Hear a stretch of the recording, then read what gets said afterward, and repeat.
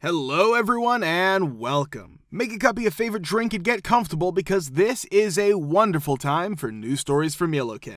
Send your own stories in the comments below and maybe they'll be in our new video. Today we have new amazing stories, so subscribe to the channel if you're not subscribed yet. Let's get started. Have you ever stood up in the middle of a work shift and left your job? Why, if so? I was the clinical director of a mental health practice that worked mostly with kids. As the boss, I was in charge of the whole department and had my own patients. The chief financial officer told me that we needed to make more money, so I should upsell my patients on extra services. That word was used by him, so I put it in quotes, not suggesting that things go from having one meeting a week to having two. I mean things like lying to the family of a child with ADHD and telling them that the child also needed speech, occupational, and physical therapy, and then sending the child to those departments. This jerk kept pushing it, even though I said I would only make suggestions for my patients based on their medical needs. I even printed out the code of ethics for professionals that said I couldn't do what he wanted. He didn't seem to care about that and told me that as a director, it was my job to make the company money first. By the end, he was yelling and swearing at me in my office, telling me I was trying to wreck the business and not working with others.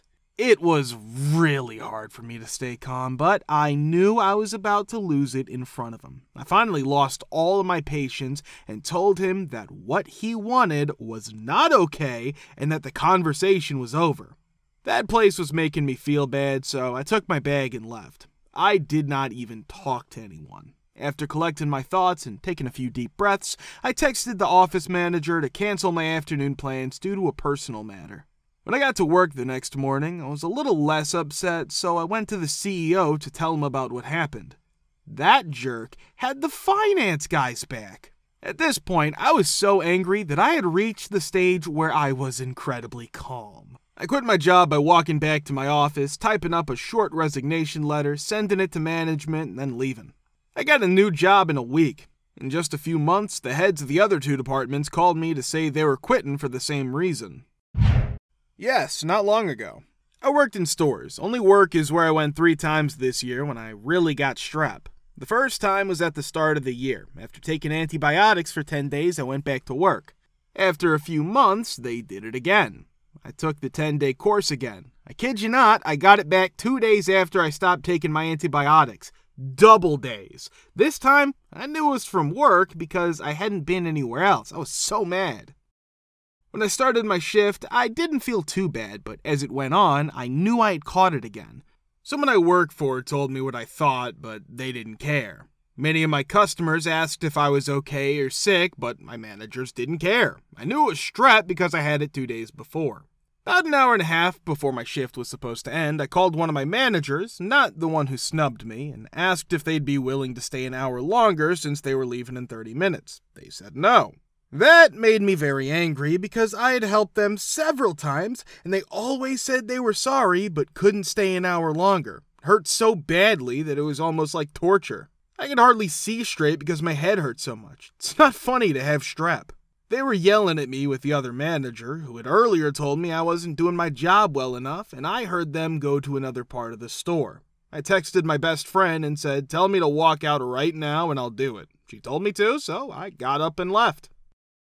2 managers, me and 1 manager, were the only ones there. That's why I asked that manager to stay longer because at least 2 of us had to be close at all times. After I helped them so many times and they told me they owed me money, I asked them to stay an extra hour.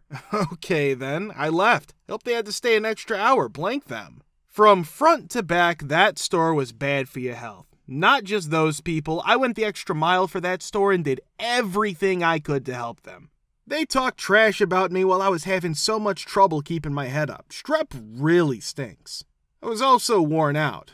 I meant that I was going to work again as soon as I wasn't sick and taking my antibiotics while I was on shift. However, no one was kind enough to let me stay an extra hour. I made a little more than minimum wage. That wasn't putting my health at risk. For the better, my health has been better since I left. Health of the mind, too. Even though everyone there is at least in their late 20s, they act like they're in high school and talk trash about everyone else like they're in groups.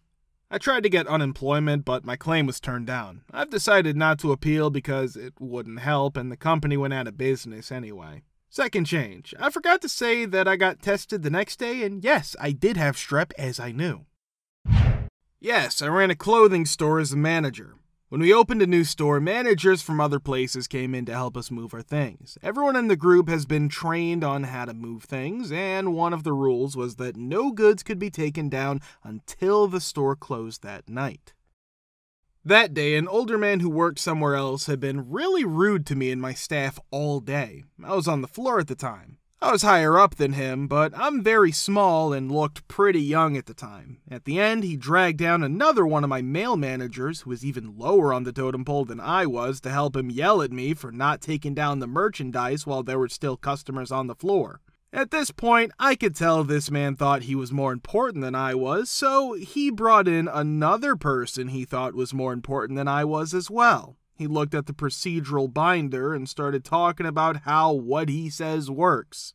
I called corporate, put my keys on the counter, and left. There had been a lot of bad stuff going on in that store for too long, including horrendous racism from our GM. I was following the rules to protect my workers, but that made me lose it, and I wasn't gonna let a sexist man tell me I had to break the rules in my own store just because he said so. It was something that kept getting worse for about a year, but this guy was crazy, and I wasn't gonna take the blame for some stupid jerk who didn't know me telling me to break store rules. The general manager called and begged me to come back for about 2 years, but I was already married and had kids, so I wasn't interested in their nonsense at all. Apparently they went bankrupt shortly after. They certainly deserved it. Tell me about an HOA or neighbor who has been a nightmare for you. In the neighborhood where I used to reside, there was a homeowners association HOA, but 2 couples would go in and buy up every piece of land and property that was up for sale. Next, rent them out to the person who provided them with the money first. They were true inmates of the slums. There would be meetings of the HOA approximately once every couple of months. The event was held, but they did not inform anyone until the last minute to send out notices. Any person who owns property is eligible to vote. It was because they counted each place they owned as a vote that they proceeded to ignore the other bylaws and follow the ones that they desired or that would be beneficial to them specifically. Took over the majority of the area and drove away a great number of homeowners. Simply put, they're the worst people in the world. I'm so happy that I relocated a great distance away from that location. I am relieved that I made the decision not to reside in a homeowners association.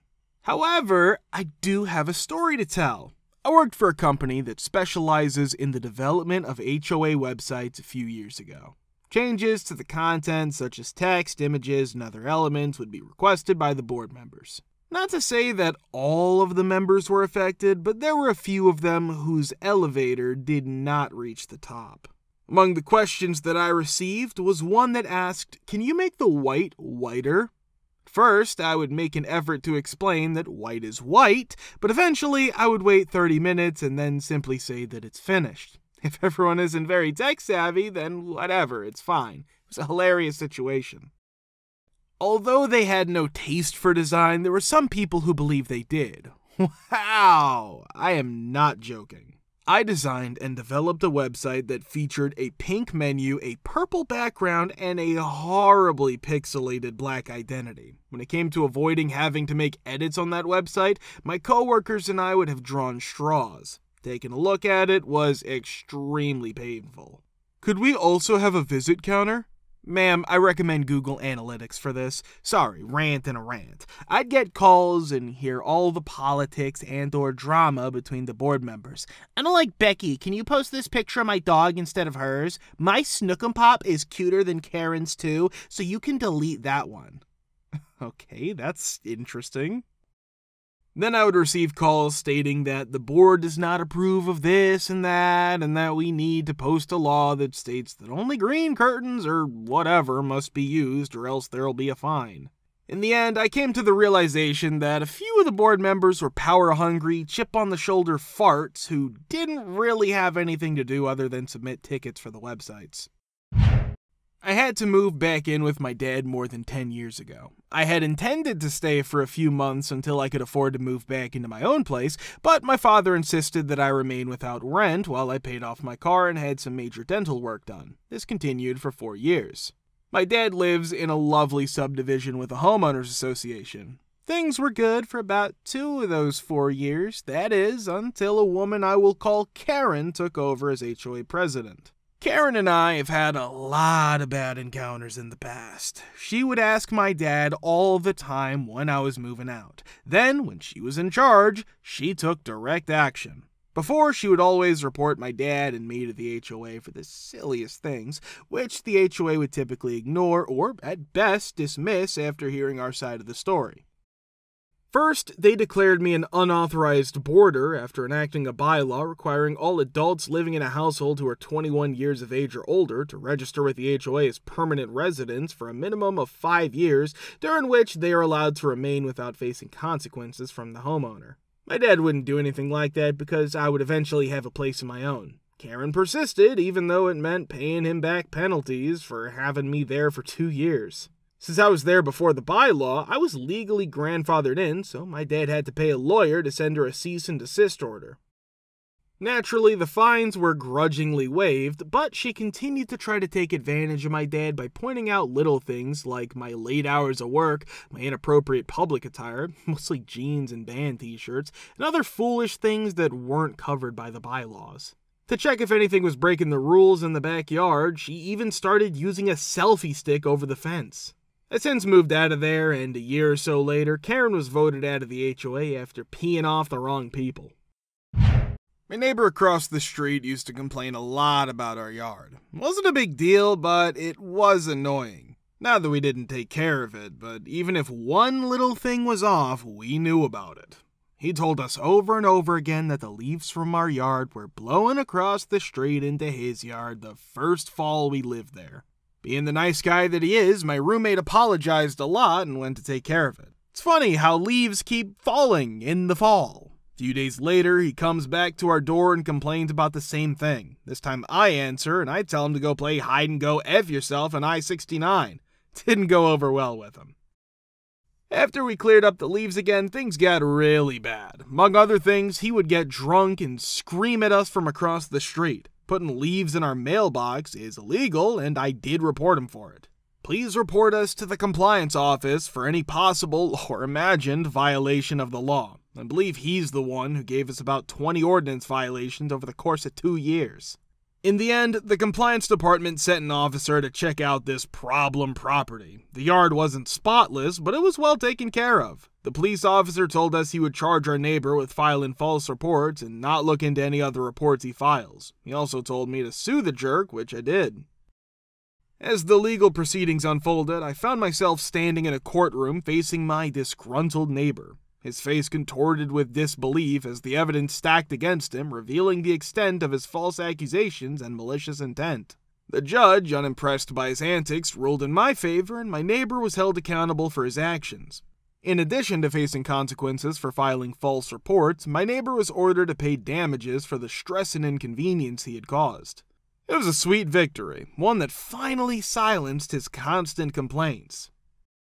As the news of the verdict spread through the neighborhood, a sense of justice settled over our street. The once intimidating neighbor was now the talk of the town for all the wrong reasons. He had not only tarnished his own reputation, but had also become the cautionary tale for those who dared to harass their neighbors without cause. With the legal battle behind me, I could finally enjoy my home without the constant shadow of his unwarranted complaints. The compliance department kept their promise, ignoring any further reports he attempted to file. The neighborhood breathed a collective sigh of relief, grateful that the nightmare had come to an end. Guys, thank you for all the support and likes. Subscribe to the channel if you're not subscribed yet. See you next time.